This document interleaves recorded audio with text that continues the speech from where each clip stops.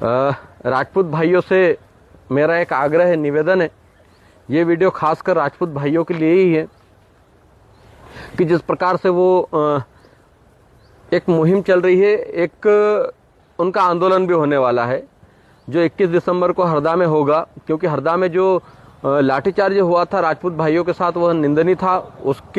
उसका हम पुरजोर तरीके से विरोध करते हैं और राजपूत भाइयों के हम लोग साथ में हैं, जयस साथ में हैं। क्योंकि हम लोग मुद्दे की लड़ाई लड़ने वाले लोग हैं, इसलिए मुद्दे के साथ और उनके साथ गलत व्यवहार प्रशासन द्वारा, मध्य प्रदेश की सरकार द्वारा जो किया गया है, उसके लिए हम घोर निंदा करते हैं और वो लाठीचार्ज का घोर विरोध करते हैं कि इस पर हम लोग तो साथ हैं। लेकिन उसके साथ में उस आंदोलन में दो मुद्दे और जोड़े गए हैं। एक है आर्थिक आधार पर आरक्षण करने की बात कही जा रही है हमारे भाइयों द्वारा।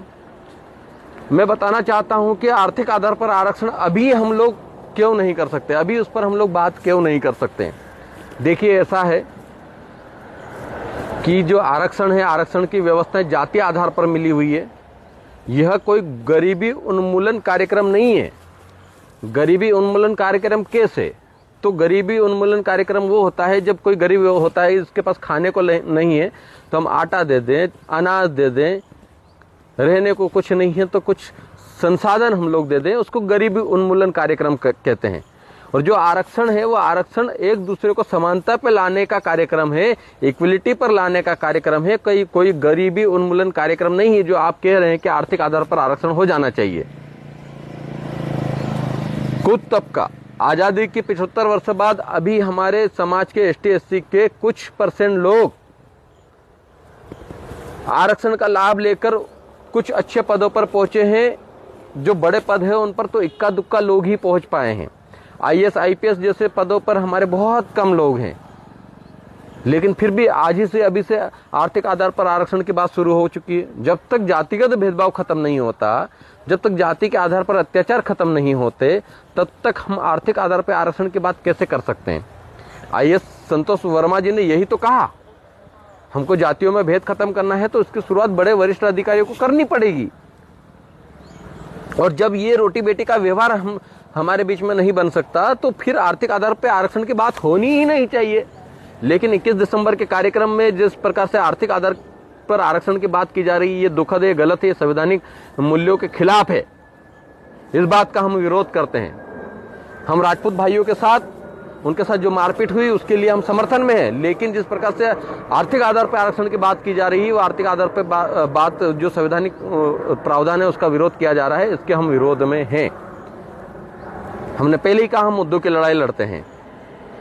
और जब मुद्दे की लड़ाई होगी, चाहे वो ब्राह्मण होगा, राजपूत होगा, चाहे वो एसटी एससी ओबीसी समाज के लोग, दलित आदिवासी पिछड़े हों, सबके साथ हम लोग खड़े रहेंगे जब उनके साथ अन्याय अत्याचार होगा। लेकिन हमारे संवैधानिक अधिकारों पर अगर चोट की जाएगी, उसके साथ हम बिल्कुल भी खड़े नहीं हैं। तो आर्थिक आधार पर आरक्षण की अगर हम बात करते हैं तो इक्का दुक्का लोग हमारे आईएएस आईपीएस बने हैं। उसके बाद हम लोग अभी भी उसी गरीबी में जी रहे हैं, उसी असमानता में जी रहे हैं, उसी जातिगत भेदभाव का शिकार हो रहे हैं, दुर्भावना का शिकार हो रहे हैं। तो इसलिए आर्थिक आधार पर आरक्षण अभी नहीं किया जा सकता। उसका जब समय आएगा तब देखा जाएगा। लेकिन अभी जिस प्रकार से हमारे राजपूत भाइयों द्वारा जो आर्थिक आधार पर आरक्षण की बात की जा रही है, बहुत ही गलत है। आप इस बात को समझिए साथियों। मैं हमारे राजपूत भाइयों से कहना चाहता हूं, इस बात को आप समझने की कोशिश कीजिए। आप ऐसा ना करें कि आरक्षण को और संविधान की जो मूल भावना है, उस मूल भावना को चोट पहुंचाने का काम करें। दूसरा, उन्होंने मुद्दा रखा कि एट्रोसिटी एक्ट में संशोधन हो। आप मुझे बताइए कि एट्रोसिटी एक्ट में कितनी एफआईआर दर्ज हुई, कितनों को सजा हुई, उसका परसेंटेज रेट कितना है। आप जब देखेंगे तो हमारे व्यक्ति की एफआईआर भी नहीं की जाती है, बहुत दबाव बनाने के बाद एफआईआर की जाती है। और एट्रोसिटी एक्ट का दुरुपयोग नहीं होना चाहिए, हम भी मानते हैं। लेकिन आप ये तो बताइए कि एट्रोसिटी एक्ट में कितने लोगों पर एफआईआर दर्ज हुई और कितना उसका रेशो और अत्याचार का रेशो कितना है। आप एनसीआरबी की रिपोर्ट निकाल कर देखेंगे तो हर दिन 15 महिलाओं के साथ बलात्कार किया जा रहा है। उसमें से 10 से 12 जो महिलाएं हैं वो एसटी एससी की है। क्या इस रेट के हिसाब से एट्रोसिटी में मुकदमे दर्ज हो रहे हैं? क्या इस अत्याचार, इतने अत्याचार होने के बाद में इतने मुकदमे दर्ज हो रहे? नहीं हो रहे भाई, नहीं हो रहे। आप गलत जगह पर लड़ाई लड़ रहे हैं। ना तो हमारी ब्राह्मण समाज से कोई दुश्मनी, न राजपूत समाज से, न किसी से नहीं है, लेकिन आप संवैधानिक मूल्यों को अगर चोट पहुंचाएंगे तो हम उसके साथ खड़े नहीं रहेंगे, उसका हम खुलकर विरोध करेंगे। एट्रोसिटी एक्ट में अभी भी हम लोगों को और भी इसको मजबूत करने की जरूरत है। इसको संशोधन नहीं, इसको और मजबूती के साथ बनाया जाए ताकि एट्रोसिटियां जो हो रही है, जो अत्याचार हो रहा है एसटी समाज के साथ, वो बंद हो। इस बात की पहल राजपूत समाज को करना चाहिए, लेकिन वो एट्रोसिटी एक्ट में संशोधन की बात करें, बिना जांच के एफआईआर ना हो। बिल्कुल आप अपनी बात रखिए, लेकिन अभी भी मैं कह रहा हूं कि जितने भी हमारे एसटी के साथ अत्याचार होता है वो करवाने भी जाता है, उसकी एफआईआर नहीं लिखी जाती है। अभी भी दुर्भावना का शिकार होते हैं, वहां पर एफआईआर दर्ज ही नहीं होती। अजाक थाने पे आप जाओ तो अजाक थाने पे एट्रोसिटी के नाम पर कितनी एफआईआर दर्ज हुई, अब अगर आप रिकॉर्ड निकाल के देखेंगे तो वही बहुत कम संख्या में एफआईआर दर्ज होती है। फिर भी आप एट्रोसिटी एक्ट का विरोध कर रहे हैं, ये तो दुखद है।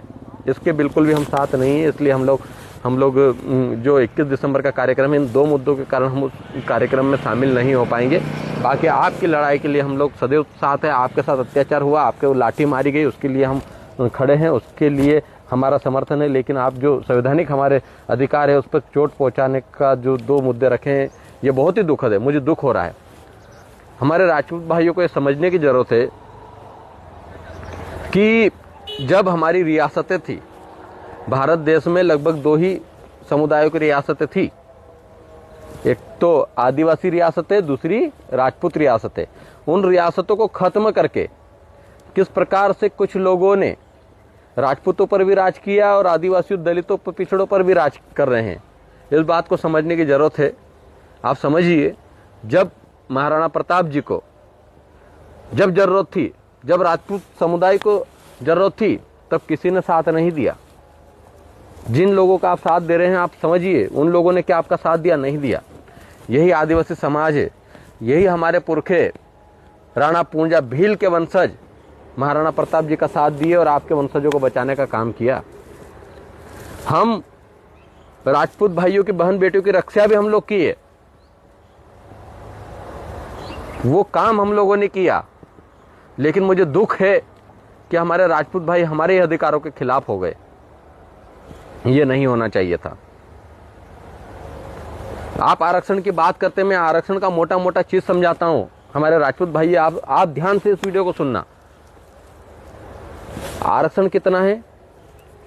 मध्य प्रदेश के आरक्षण की बात करें तो कितना है? एसटी को 22%, एससी को 16% और ओबीसी को कितना है आप जानते हैं। टोटल मिला के 49% आरक्षण, और 50% जो आरक्षण है वो सामान्य है। तो आप देखिए कि उसमें जो 50% आरक्षण मिला हुआ है, उसमें भी ईडब्ल्यूएस का एक कोटा आया, उसमें 10% आरक्षण दिया गया। आप राजपूत भाई ये बताइए कि उस 10% आरक्षण का सबसे ज्यादा लाभ कौन ले रहा है? क्या राजपूत भाई ले पा रहे हैं क्या? अगर राजपूत भाई नहीं ले रहे तो कौन ले रहा है? इसको समझने की जरूरत है। आपको ये समझने की जरूरत है कि उस आरक्षण जो 10% ईडब्ल्यूएस में दिया गया है, उसमें हमारे राजपूत भाइयों का, कितने भाइयों का भला हुआ, और बाकी का जो 40% बचे हैं, क्या उसमें भी राजपूत भाइयों का प्रतिनिधित्व है? हमारी जमीन लूट ली गई। राजपूतों की जब रियासत थी, आदिवासियों की जब रियासत थी, तो हमारी दोनों की तो जमीनें लूट ली गई। और प्रतिनिधित्व के नाम पे ना तो राजपूत को ईडब्ल्यूएस में प्रतिनिधित्व मिल पा रहा है, ना उसके पूरा जो 40% उसमें कौन लोग? सवर्ण लोग, उनका प्रतिनिधित्व है। आप मुझे राजपूत भाई ये बताइए कि मध्य प्रदेश के निवासी कितने आईएएस हैं?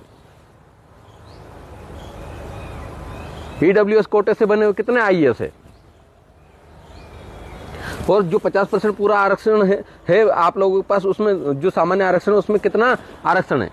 कितने लोग हमारे राजपूत भाई आईएएस आईपीएस बन पाए हैं? मुश्किल से एक भी नहीं बता पाएंगे आप। और मध्य प्रदेश में अगर कोई राजपूत कलेक्टर भी बने हुए हैं तो वो बाहरी राज्य के होंगे, इस राज्य के नहीं होंगे। तो उस रेशो को देखिए कि आपका हक कौन खा रहा है।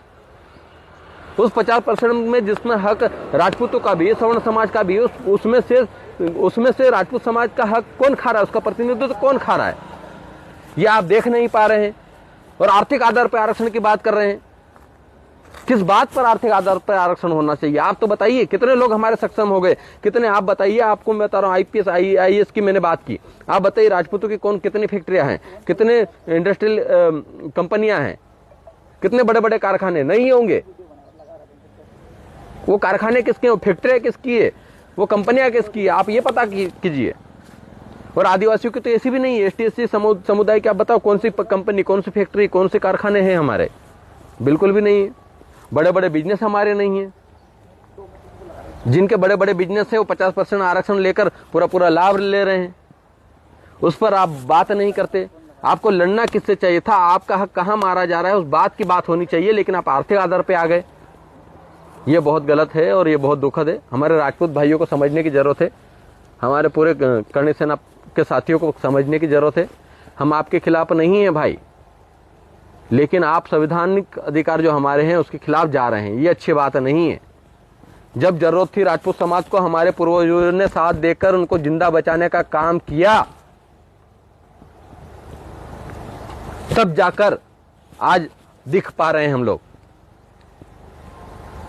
उसकी बात को, उस एहसान को तो कुछ समझने की कोशिश कीजिए। जब बहन बेटियों के साथ अन्य अत्याचार हो रहा था हमारे राजपूत भाइयों की, तब भी हमारे लोगों ने साथ देकर आपकी बहन बेटियों को बचाने का काम हमारे लोगों ने किया। लेकिन आप हमारे ही संवैधानिक अधिकारों के खिलाफ जा रहे हैं, इस बात को समझिए साथियों। मेरा आपसे निवेदन है, इस वीडियो के माध्यम से सिर्फ मैं इतना समझाना चाहता हूं आप लोगों को कि आप लोगों को आपके हक अधिकारों की लड़ाई लड़ना चाहिए, सबका अधिकार है, लेकिन संवैधानिक जो प्रावधान है उस पर प्रहार मत कीजिए। एसटी एससी समुदाय बहुत ही दबा कुचला समाज है, उसको धीरे धीरे हम शिक्षा के तौर पर सुधारने की कोशिश कर रहे हैं और निश्चित तौर पर धीरे धीरे करके वो लोग आगे बढ़ रहे हैं। अब अभी स्थिति ऐसी नहीं हुई कि आरक्षण को खत्म कर दो, एट्रोसिटी को खत्म कर दो, संशोधन कर दो या फिर आर्थिक आधार पर आरक्षण ले आओ, ये अभी स्थिति नहीं बनी है। आज़ादी के सिर्फ 75 सालों में हमारे इक्का दुक्का लोग ही अभी आगे बढ़ पाए हैं और हम चाहते हैं कि और भी लोग आगे बढ़े, तब जाके हम खुद ही कह देंगे आप आर्थिक आधार पर आरक्षण कर दो, हम खुद ही कह देंगे। लेकिन अभी वो स्थिति नहीं आई है। मेरे भाइयों, समझने की जरूरत है। आप समझिए, आपका हक हम नहीं खा रहे हैं, आपका हक हम नहीं मार रहे हैं। दलित, पिछड़ा, आदिवासी आपका हक का कभी इस्तेमाल नहीं किया। आपके हक का इस्तेमाल करने वाले लोग कौन है, इनको पहचानने की जरूरत है और इन्हें पहचानेंगे। मुझे उम्मीद है कि इस वीडियो के बाद आप अपना जो है काम करेंगे और मुझे लगता है कि आप सोचेंगे इस बारे में सोचिए। जिस समुदाय ने आपको जब सहयोग की जरूरत थी उस टाइम पे हमारी जान देकर आपका सहयोग किया और अब बारी है कि आप भी हमारी रक्षा के लिए आप सहयोग करें। दूसरों की बातों में आकर जिन लोगों ने हमको लड़ाने का काम किया, जिन लोगों ने हमको दूरी बनाने का काम किया, जिनके कारण हमारे समाज की जो दोस्ताना रिश्ता था, जो जिस प्रकार से महाराणा प्रताप जी और राणा पूंजा भील एक दूसरे के समर्थन में जी जान लगा दिए, जान की बाजी लगा दी, उस दोस्ती को निभाने का समय है साथियों। ये समय हमारे संवैधानिक अधिकारों पर चोट करने का नहीं है। और आइए, संतोष वर्मा जी ने, आप पूरा बयान सुनिए, उन्होंने किसी भी बहन बेटी का अपमान नहीं किया है। उन्होंने साफ साफ शब्दों में कहा कि जब तक आरक्षण जारी रहना चाहिए और आर्थिक आधार पर आरक्षण, तब तक हम लोग बात नहीं कर सकते जब तक कि रोटी बेटी का व्यवहार नहीं हो जाता। बस इतनी सी बात थी। लेकिन जिन लोगों को हमको लड़वाना था, जिन लोगों को अपने आप को श्रेष्ठ बताना था, सबसे सर्वोच्च बताना था, बहुत ज्ञानी बताना था, वो लोग रोड पे उतरकर आईएएस संतोष वर्मा जी का विरोध करने लग गए। और यही दुखद है कि जब एक एसटी का व्यक्ति या दलित समाज का व्यक्ति या पिछड़ा वर्ग का व्यक्ति बड़े पदों पर पहुंच जाता तो उसकी जाति बताई जाती है। जाति बताई जाती है राष्ट्रपति बनने के बाद, जाति बताई जाती है मुख्य में न्यायाधीश सर्वोच्च न्यायालय का बनने के बाद। ये प्रैक्टिकल, ये उदाहरण ही आपके सामने है। और इसी जातिगत व्यवस्था में अगर हम लोगों को समानता लानी है, इक्वलिटी लानी है, और संविधान की मूल भावना क्या कहती है? इक्वलिटी है, समानता है। और ये भारत देश संविधान से चलता है, कानून से चलता है। हम लोग चाहते हैं कि समानता का जो दौर है, समरसता का जो दौर है, वो बना रहना चाहिए, सौहार्द बना रहना चाहिए। लेकिन जिस प्रकार से एसटी एससी के समुदाय के व्यक्तियों के खिलाफ और आरक्षण के खिलाफ जो बोला जा रहा है वो दुखद है। ये बिल्कुल भी भारत देश में बर्दाश्त नहीं किया जाएगा। हम संविधान के साथ हैं, हम संविधान को बचाने के लिए साथ हैं, और जब संवैधानिक बात आएगी हम संविधान के साथ पहले खड़े रहेंगे।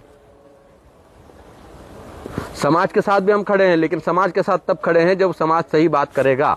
हमने पहले ही कहा, राजपूत समाज के साथ जो लाठीचार्ज हुआ हरदा में, उसका दुख है, उसका हम विरोध करते हैं और हम राजपूत समाज के लोगों के साथ खड़े हैं। लेकिन जिस प्रकार से आपने अपने मुद्दों में आर्थिक आरक्षण की बात की है, जिस प्रकार से आपने एट्रोसिटी एक्ट में संशोधन की बात की है,